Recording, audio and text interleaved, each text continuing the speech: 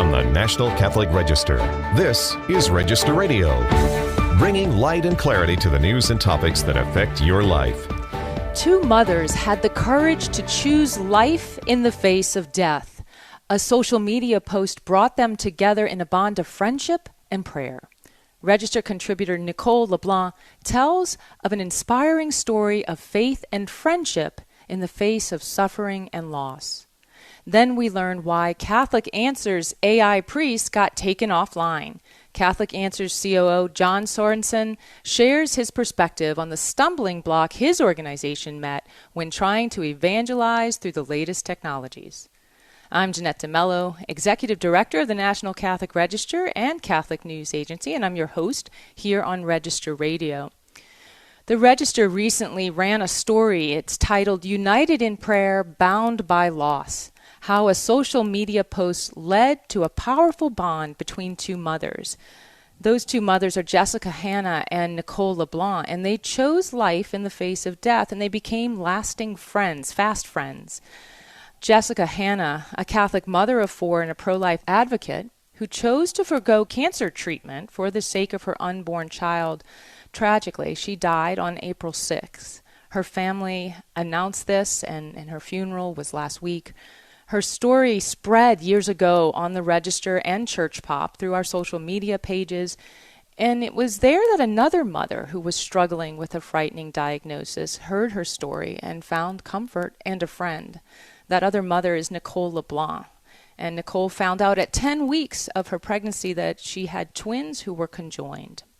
Nicole graciously joins us today to share her story of faith and friendship. Nicole, thank you so much for being with us, and I just want to bless you and thank you for your courageous witness. Thank you so much for having me. It is truly a blessing to share our story. Yes, and that story, as I mentioned, is a story of you hearing that you were pregnant with twin girls, your first pregnancy, and at that same moment of recognizing that joy of knowing you had twins within you, you found out that their lives were threatened by the fact that they shared a heart and other organs, and so their experience in the womb was terminal. How did you experience that moment during your pregnancy, but also you were able to deliver these children and hold them, and so tell us of your experience. Yeah, the experience was an absolute miracle, because when we got the diagnosis, the doctors said that these babies would most likely miscarry or not make it to term. Most of these conjoined babies do not, draw their first breath. They usually die in utero. So for these girls to have lived and grown and reached every single developmental benchmark, growing appropriately, the same weight and size and height, they were doing great despite the fact that they shared these organs, these vital organs. So it was something that was not expected. I mean, who was expecting that this is going to be their first pregnancy, and then having the diagnosis that these babies are going to die shortly after. So it was a lot of preparation because the doctor said that my life was also at risk if I didn't abort these babies. They said, because they're going to die, might as well have an abortion. Right. I firmly rejected that with my husband, and after I rejected that, that's when they said that, oh, well, your life could be at risk as well. And we said, absolutely not. We're just going to trust in God's plan for us and for these babies. And we made it all the way to 32 weeks. I had a classical C-section to deliver these girls, and they received their sacraments. We had that already. I had gone to confession the day before, went to church, received Holy Eucharist, receiving Jesus, and I had a priest in the operating room with us, as well as my mother and my husband and a photographer and all the surgeons. And I had Gregorian chants playing in the background. I really thought that, this could be my last thing that I see, the last things that I hear. I want it to be, a priest, my family, and Gregorian chants, just something peaceful and something that the girls were familiar with, because I would play it when I was pregnant. Yes. So That's it was beautiful. so beautiful. That was a Yes. beautiful story, you know, of the care that you took with your children in utero, to give them a quality of life, even then. And that's a beautiful, beautiful story, Nicole. And I know how challenging it must be to continually share that story with others, because it's still fresh, and those the pain and of that suffering doesn't go away easily. So what led you to share your story with the world through social media and the Register? Yeah, Thank you. it was very vulnerable of me to share. This is my first time being pregnant, and I really wasn't going to share it with anyone until I was a lot farther along. But since this is a very different and special, we even wanted to wait to find out the gender, but we were, we had to know, we had to have these girls' names ready because there was a chance that they would miscarry the next week. So we had to have everything kind of prepared as much as possible. And I just felt I needed to share it for the prayers, for my own strength to keep on going, that I needed reassurance that this was the right thing that I was doing. And I had the whole pro-life community support me. They even did a mini, I didn't have a baby shower, but they put together a little Amazon registry list for me in the case that these girls would live more than a day. Yes. And it was beautiful for the community to come together. Yes, and your girls' names are Marie Therese and Rachel Claire, and you have these little presences in heaven. I know that you remain close to them through the mystical body of Christ. You also remain close to a friend you met who was suffering in different ways, but similar ways, and that's Jessica Hanna, who I mentioned in the intro, died after a long struggle with cancer. How did you and Jessica meet, and what brought you together?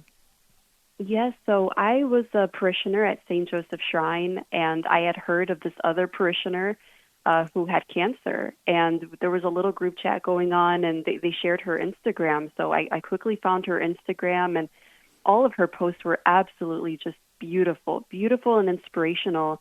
And I saw that she was local. So I reached out, I sent her a little message, and I said, I'm introducing myself. Please pray for me. And she was always having these prayer requests, and people were just praying, even on social media. So I really wanted some of her prayer warriors to pray for me. And that was back in March. I think I sent her a first message. And in April, I had an interview with Church Pop, and they put out something on their Instagram page as well. And Jessica followed Church Pop. They also did a story on her, and she shared my story. And I messaged her again because she didn't respond to my first message. I said, Jessica, this is me, by the way. And immediately she responded. She's like, oh my goodness, Nicole, we've been praying for you. And ever since then, we've just been connected and messaging each other, and I told her that I offered up my C-section recovery for her. I thought of her during my C-section and just offering up my sufferings for her cancer. Yes, and so she left behind her husband and her 4 children. You attended her funeral. This is the first time you were ever able to actually see her. And you really shared a beautiful story on the Register. I want to point to that story for others to read. United in prayer, bound by loss, how a social media post led to a powerful bond between 2 mothers. And I guess as you said, you're vulnerable in sharing this story, and that vulnerability is very, very countercultural today. How have others responded to your story? What's the fruit of sharing this? Yeah, I definitely see the fruit in that people have changed their minds on abortion just by simply reading my girl's story, and Jessica's as well, because she rejected abortion when she was pregnant and she had cancer. Both of us rejected abortion, and we see the fruit that people change their minds because they think that, life is sacred, life is precious. No matter if there's a disability in the womb, no matter, what the circumstances are, there is another life that is present, and we must respect that no matter what. So there's been a lot of those comments and a lot of negative comments as well, people saying that I was torturing my baby girls in the womb, and they were just living a life of suffering, when the doctors, I would ask them time and time again that no, they were not in any pain, they were not suffering, because this is how they were forming, this is all that they knew. Yes, and Nicole, I mean, as you said it, suffering is a part of life sometimes, and yet we can suffer with each other, and you found strength in that, in Jessica's support and the fact she was going through suffering too. There's a lot of empathy in that. That seems to me a wonderful message, is that yes, you were in pain, this emotional pain, and yet you were able to witness through that and live through it. What is your strength? We're very short on time, but where do you receive your strength? Yes, I attribute my strength to the Holy Eucharist and the sacraments of the Catholic Church. Receiving, we go to confession every couple of weeks and going to Mass every single week. Receiving our Lord, praying the Rosary as a family together every single night has really helped with the grounding ourselves. And I ask the intercession of my little girls, my saints, Maria, Therese, and Rachel Claire, during Mass and at the end of every Rosary to pray for us sinners here below. Amen. Amen. Well, Nicole, thank you so much. Please continue to share your story.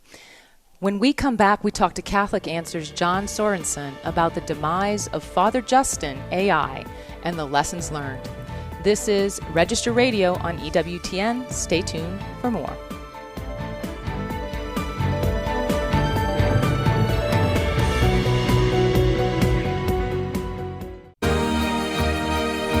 The Easter season is 7 weeks. And whether you have traditions to help you live this season to the fullest, or if you're seeking new ones, EWTN's award-winning National Catholic Register is here for you. Inform your mind and inspire your heart so you can better live out your faith each day. Save half off your subscription today. Get the National Catholic Register delivered to your home, office, or parish. Gain a deeper understanding of God's love and providence by reading the Register. To get 50% off your subscription, order online at ncregister.com/radio or call 800-421-3230 and mention code RADIO. The National Catholic Register. Read faithfully. Call or click today to save half off.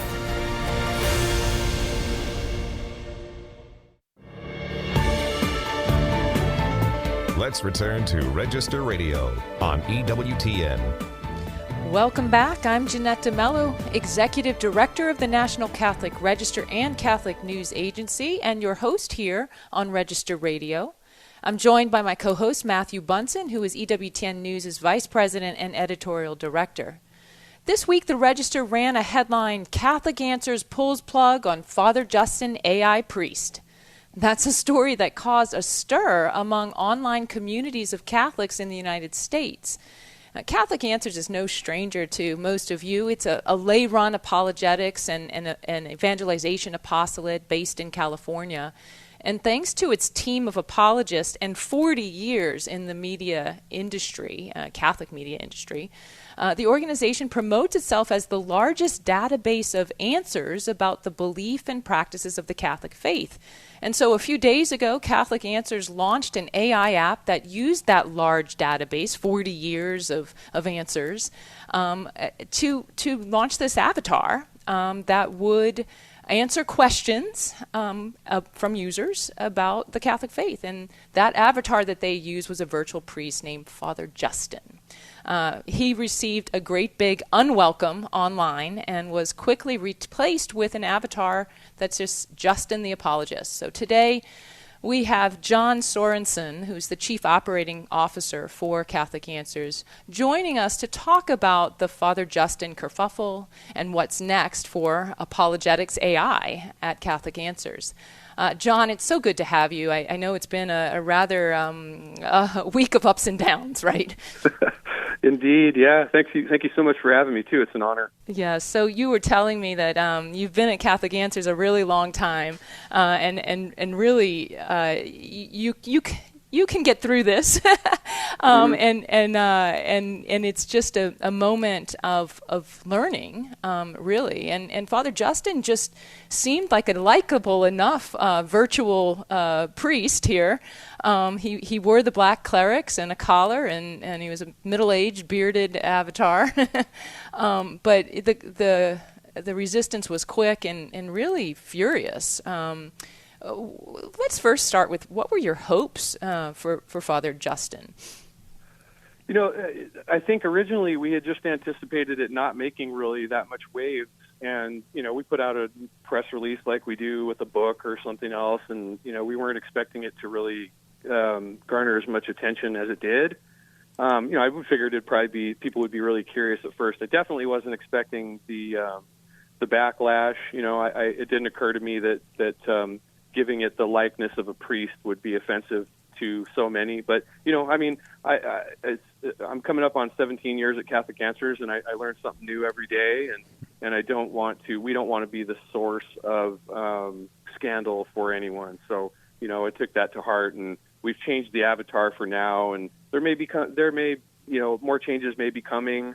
I'm just doing my best to listen to the constituents and even the people who are hostile to us, and just try to understand where they're coming from and make something that we're never going to please everybody, but I want to be as sensitive as I can to as many people as possible.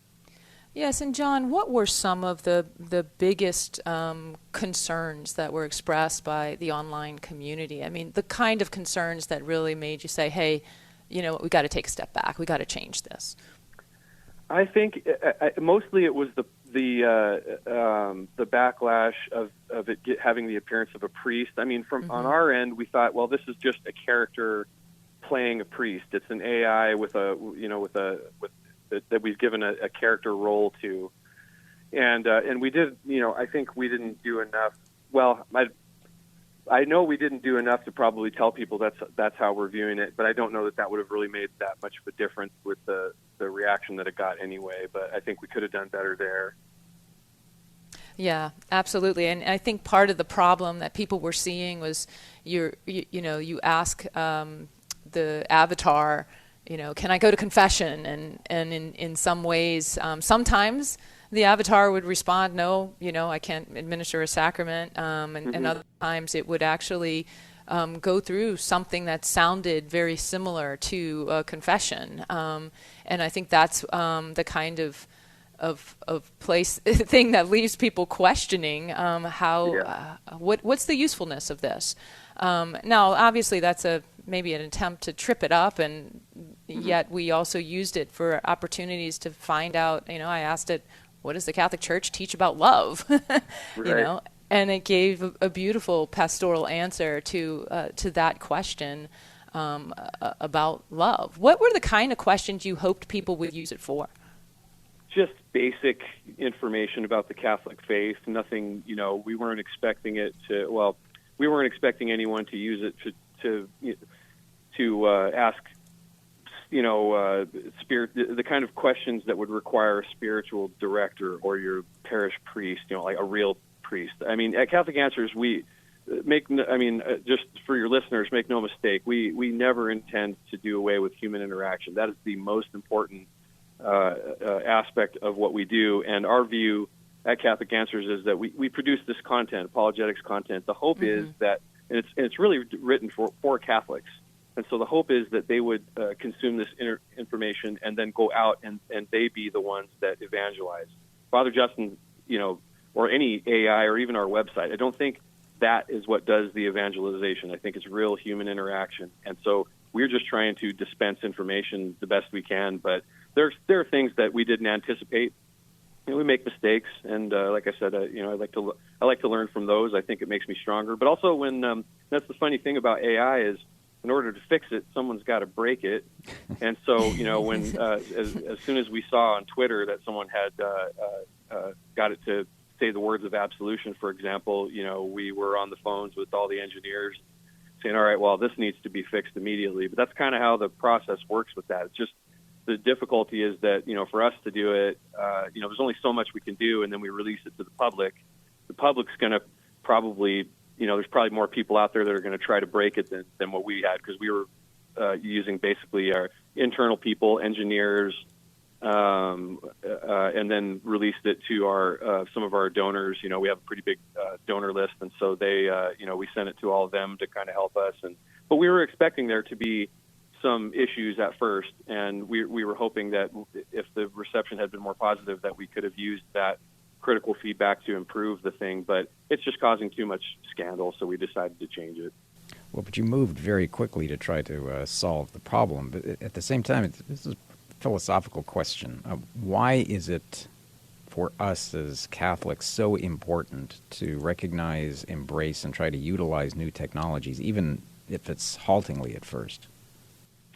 It's an interesting question that you ask. My view is that whenever new technology, is coming up, we could figure out how to use it, or we can just sit by and watch others do it. And somebody, I think, has to jump in there and try it. Maybe I'm sure I made colossal mistakes in this effort. I'm trying to be as humble as I can about it. It's I just didn't expect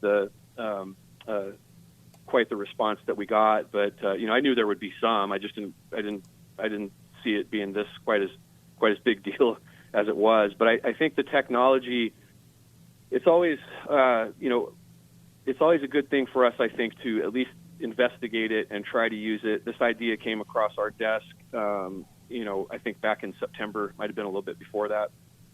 And we thought, well, this looks kind of interesting. Let's see where it goes. And so we worked not over the last 6 months, but completely. That's not the only project that we were focused on, but because we've always got a lot of these different projects going on. But this one took up some time. But we learned a lot about AI, and I don't know exactly how we can use AI at Catholic Answers. I don't think maybe this one might not have been or is probably not the best idea, but I think it was worth it for us to understand the idea. And like I told J.D. Flynn at the Pillar, I'm willing to take my lumps here. It's all good. Right. I probably deserve it.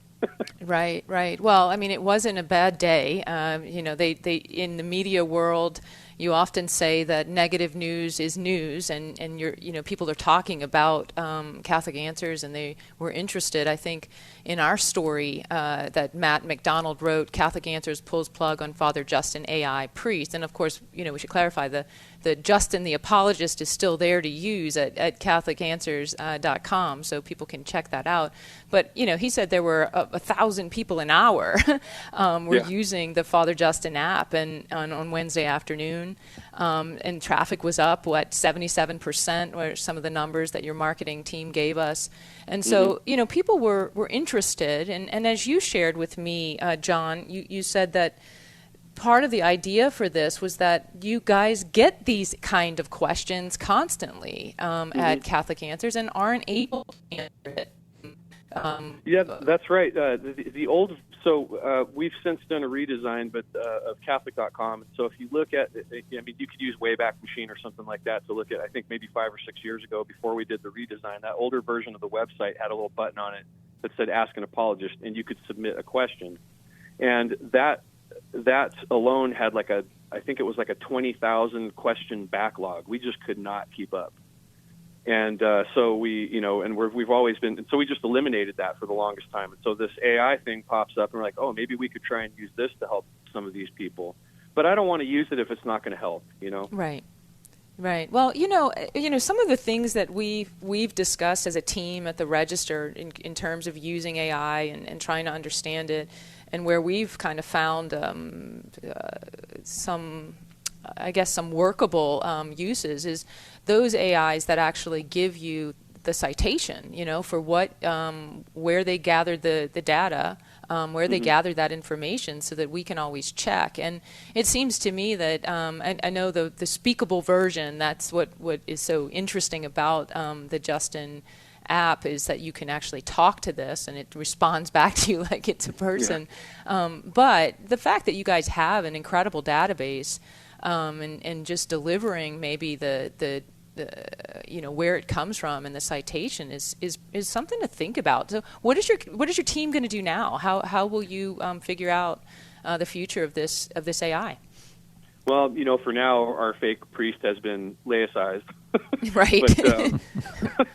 But I'm going to wait through the weekend and see how that does. We're going to continue to work a little bit on prompt engineering. There's a substantive number of people who just don't like the avatar period. And some of their, I couldn't, I'm not qualified to really express their arguments exactly at this time, but the feeling that I got was that there's just an uncomfortability with the avatar in general. No matter what I make it, I could make it it was especially offensive to people because it was a priest, but I think even if I made it a college professor or something, there's still going to be a fair number of people who just aren't comfortable with that connection. They say, oh, it'd be fine if it was just a chat bot. And that's fine. Maybe that's what it ends up being. It's just I'm just going to kind of wait and see.